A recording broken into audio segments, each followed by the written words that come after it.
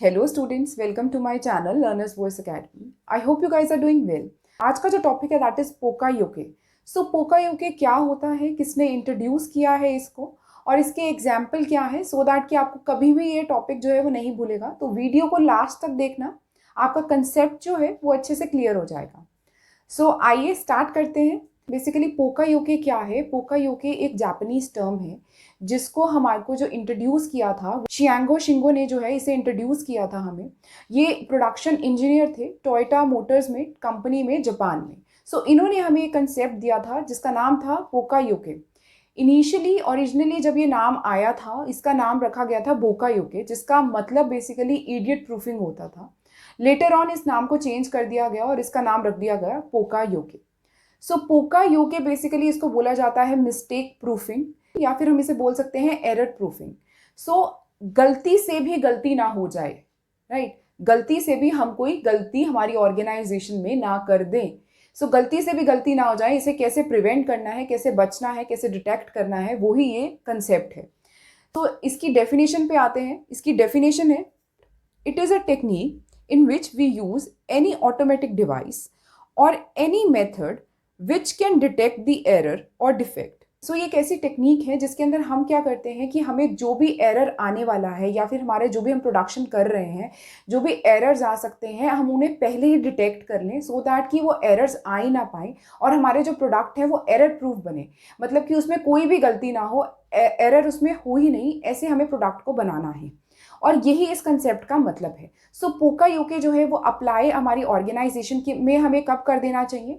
जब एक ही गलती को बार बार हमारे सारे वर्कर्स जो हैं वो कर रहे हैं और वो जो गलती है वो बार बार सेम एरर डिटेक्ट किया जा रहा है। जब सेम एरर आएगा बार बार तो हमें पोकायोके का इस्तेमाल करना चाहिए, जहाँ पे हमें देखना चाहिए कि एरर किस चीज़ के लिए आ रहा है और कैसे हम उस चीज़ को एलिमिनेट कर सकते हैं, कैसे हम एरर को ख़त्म कर सकते हैं, उस चीज़ पे हमें काम करना है।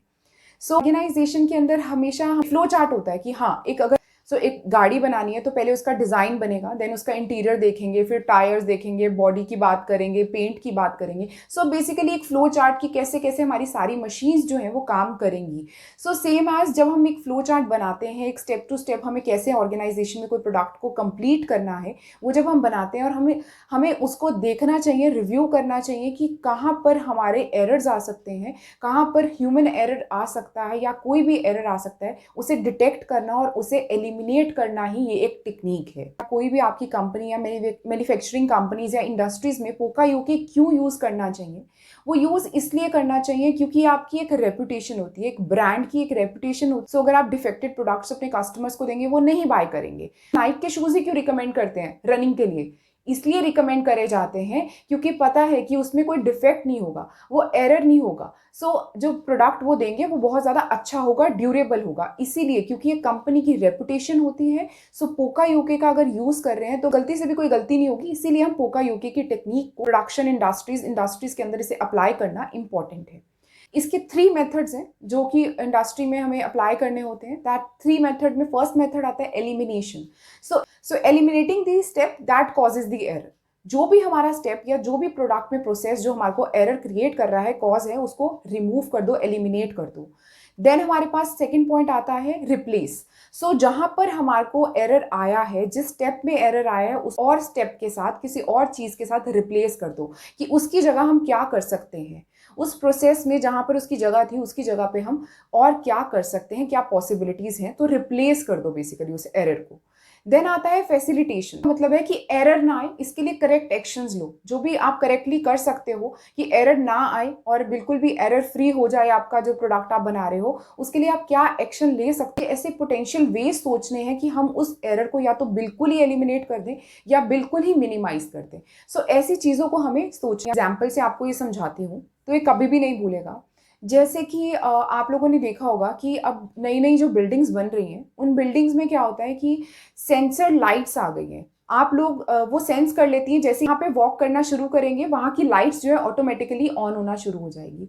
ये चीज़ क्यों की गई? ये चीज़ इसलिए की गई क्योंकि इलेक्ट्रिसिटी काफ़ी बार स्विचेस लोग ऑन छोड़ जाते हैं, इलेक्ट्रिसिटी को सेव करने के लिए ये एक चीज़ करी गई कि सेंसर ही जो है वो सेंस कर लेगा कार चलाते हैं, कार में जैसे हम बैठते हैं और अगर गाड़ी स्टार्ट कर लो, थोड़ा सा आगे चली जाए, तो वो बार बार आपको सिग्नल देना शुरू कर देती है। सिग्नल क्या देती है कि आप सीट बेल्ट लगा लो। सो वो क्या है, वो भी एक टेक्निक है, वो भी पोका योके का यूज़ है कि आप बिल्कुल भी कोई गलती ना करो, सो दैट आपने सीट बेल्ट लगाई हो, अगर कल को कुछ होता है तो आपकी सेफ्टी जो है बहुत ज़्यादा इंपॉर्टेंट है।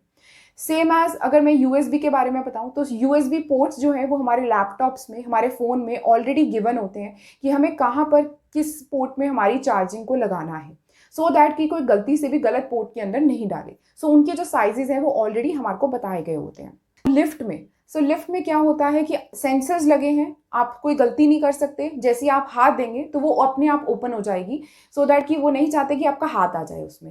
ये भी एक एग्जाम्पल है पोका योके का। और भी कौन से एग्जाम्पल्स आप लोगों के मन में आ रहे हैं, प्लीज कमेंट सेक्शन में कमेंट करिएगा हमारे डेली लाइफ में और कौन कौन से एग्जाम्पल हैं जो आपने इस वीडियो को देखने के बाद सोचे हैं और आपको याद आया है कि हाँ, यहाँ पे भी पोका योके अप्लाई हुआ है।